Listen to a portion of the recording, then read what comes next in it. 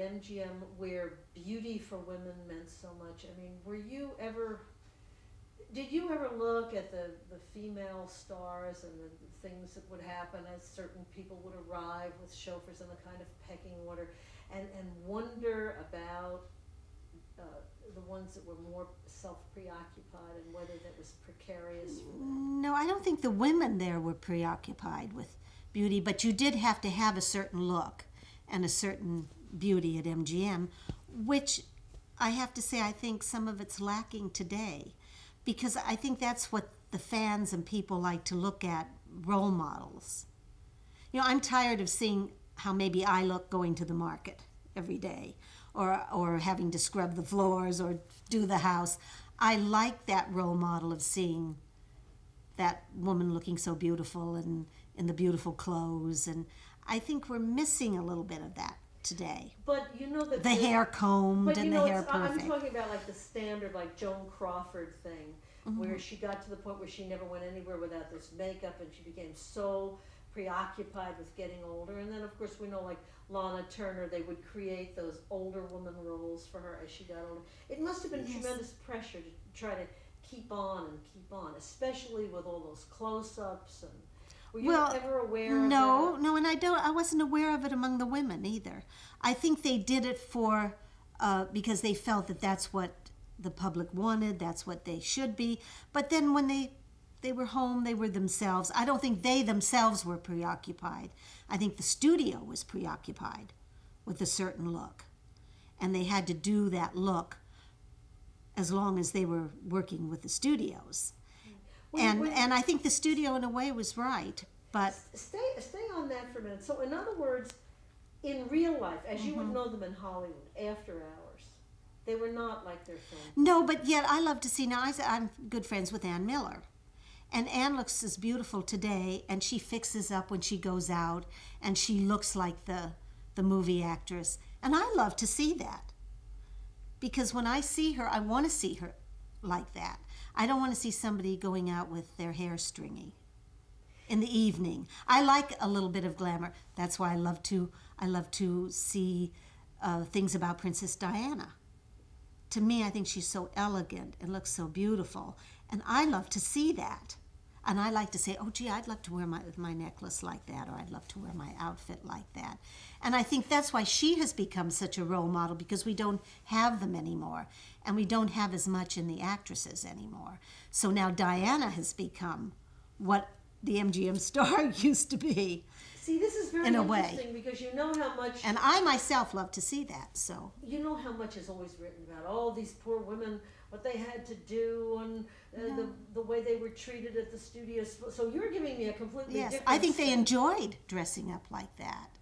Sid Charisse is another one. Whenever she goes out, she looks just lovely. She looks beautiful, and she's happy looking like that. And people are happy to see her look like that, in other words. And happy even going home at the end of the day and getting all dressed up for a premiere? Yes. I think they used to enjoy it, as a matter of fact. I think it was an enjoyment. It wasn't drudgery. Of course, everybody likes, once they're in the house, you want to put your feet up, but people used to enjoy dressing up and going out. And I think the women in those days, and I think women today, are starting to want to look and dress up again, because that's fun. That's what women like to do at times. And it doesn't mean that just because you get older that you stop. I mean, Janet looks beautiful when she goes out. She has the beautiful suit and her hair looking beautiful. And Ann Miller, Sid Charisse, and women I know who aren't in the business. So I think basically women like to dress up. I think some of women, I have a daughter myself, and now she's starting to like to dress up again. Just the jeans and the sweatshirts and the things that the teenagers wear are fine. But I think women, as they get into their 20s, want to look nice, not just in movies. And I think we're missing some of that in some. I think some of the movies, it's great to play the role, if you have to play a role where you can't look perfect. But I think some of the public misses some of the movies where they did look glamorous. I think some glamour is missing today. And we do need some role models in Tell that. me what your favorite scene was, or in terms of you as a child in the movies. Like, did you really enjoy in Secret Garden when you were like carrying on with when you were a horrible little boy? Did you? Oh, I love doing Secret Garden because I really wasn't like that. I didn't do those temper tantrums and things, so it was really fun for me. I loved yelling and throwing things that I could in that scene that I didn't really do in real life. So I enjoyed that. Dean did those scenes very well, and of course I had sort of a secret crush on him at that time. But he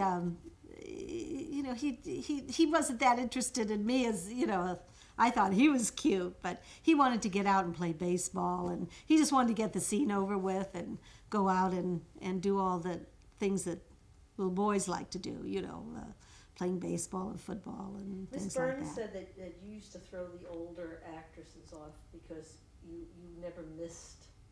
You used to get them to miss. Is that true? I never got anybody to miss No, I don't purposely mean or purposely. anything. I mean, But just because- I did know my lines, and I did go in and try to be as professional as I could be. But then once I left the studio, I would forget all about it. I wouldn't think of the scene or anything once I was finished with my job, per se. And I'd go home and play with the little girl next door and just be a regular little girl. But at the studio, I was very serious about my work. Well, so tell me, when you were playing in Little Women, you always play the kid who got sick. In Little Women, and Meet Me in St. Louis, when the Halloween thing. What was the hardest of those things to do? Was it you were very little in Meet Me in St. Louis? Was that hard to do, that sick scene? Yes. Well, I wasn't really sick in Meet Me in St. Louis, though. I was pretending. I was kind of really bratty in Meet Me in St. Louis, so I was pretending I had this cut lip, and so that the boy, Judy Garland's boyfriend, would get into trouble. So that was a totally different scene than Little Women, where she was actually ill and dying and so forth. So that scene was more difficult, the Little Women scene, because you really did have to be very weak and fragile and in that particular movie. Did that get harder because you were older and you knew more things? I mean, as you got older and more aware, was it harder to do those scenes? No, I didn't find that it was harder. Little Women was, I loved doing Little Women, but and I wanted to kind of be the girlfriend to all of the girls. They were a little bit older than I was, and I don't think they kind of wanted me tagging along like the younger sister. But I thought all those girls were so beautiful, and I would just, they got to wear the prettier clothes. My clothes weren't so pretty. I sort of had the little apron, but I remember one dress Janet had, and I could still remember the sort of a pink tulle going to the party, and her hair was done so pretty. I love the way they did her hair. And so I would go home and try to dress like that at home, but I didn't get to wear it in the movie. So, and then Elizabeth had some beautiful clothes later on But in Janet that told me movie Elizabeth too. was tortured with that wig. Yes, no, Elizabeth did not like the wig, but she was very happy on that picture because she had her 18th birthday, and she didn't have to have the school teacher following her anymore. So she was really happy that she could get rid of the school teacher, per se. But it's also interesting that in Little Women, I mean, just as a person who's seen the film, I hardly remember what happened to anyone except you. And I guess it's because you had the death scene, right? Probably the death scene, yes. But I thought all the girls were wonderful and so perfect for their roles in Little Women. I thought it was cast so well. Do you think that they gave you all those really dramatic scenes because you could just stretch out that way? I mean, Well, probably because I could cry good, I guess. But really, Meet Me in St. Louis was kind of one of my most pictures that I liked the best because that was really kind of comedy. I was really funny and kind of bratty and doing all these, strange things like burying my dolls. And so that was kind of a fun movie because on that one, I got to be the little girl I wasn't in real life. And that I enjoyed. And you really were into it. Because really, Beth was more what I was really like. Not ill, not sickly, but quiet and kind of reserved. And that was really what I was really, really like. Just my normal personality. So Beth was closer to me than some of those other roles. Also, I think that you and Judy were just amazing because both of you were just like so, had so much energy in that film. Well, that was a happy time for Judy Garland because she was going to marry Vincent Minnelli, and she was a very happy person during that movie. So all of that sort of magic went on to all the other people in the cast.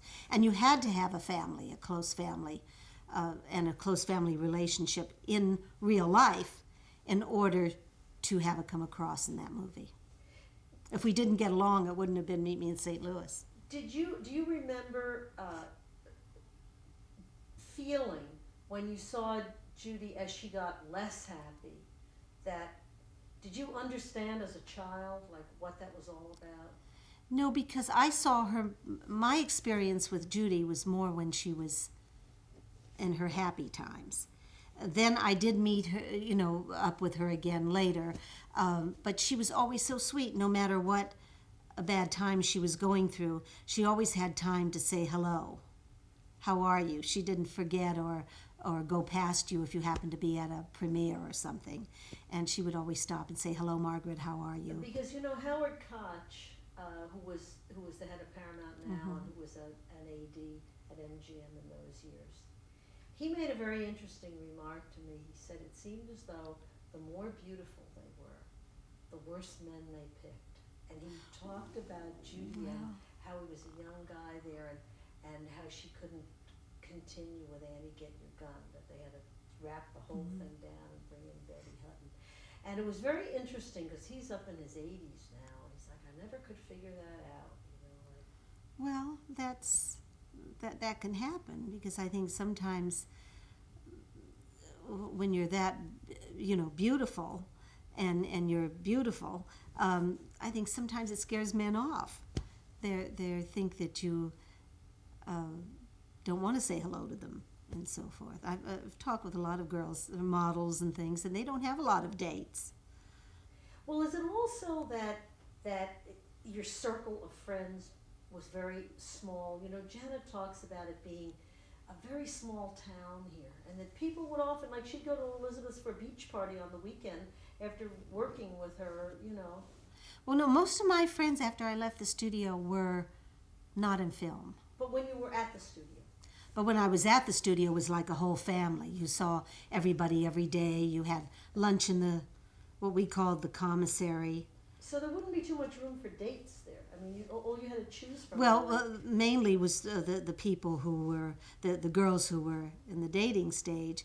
The ones they would choose would be people from the studios. Right, or actors, other actors.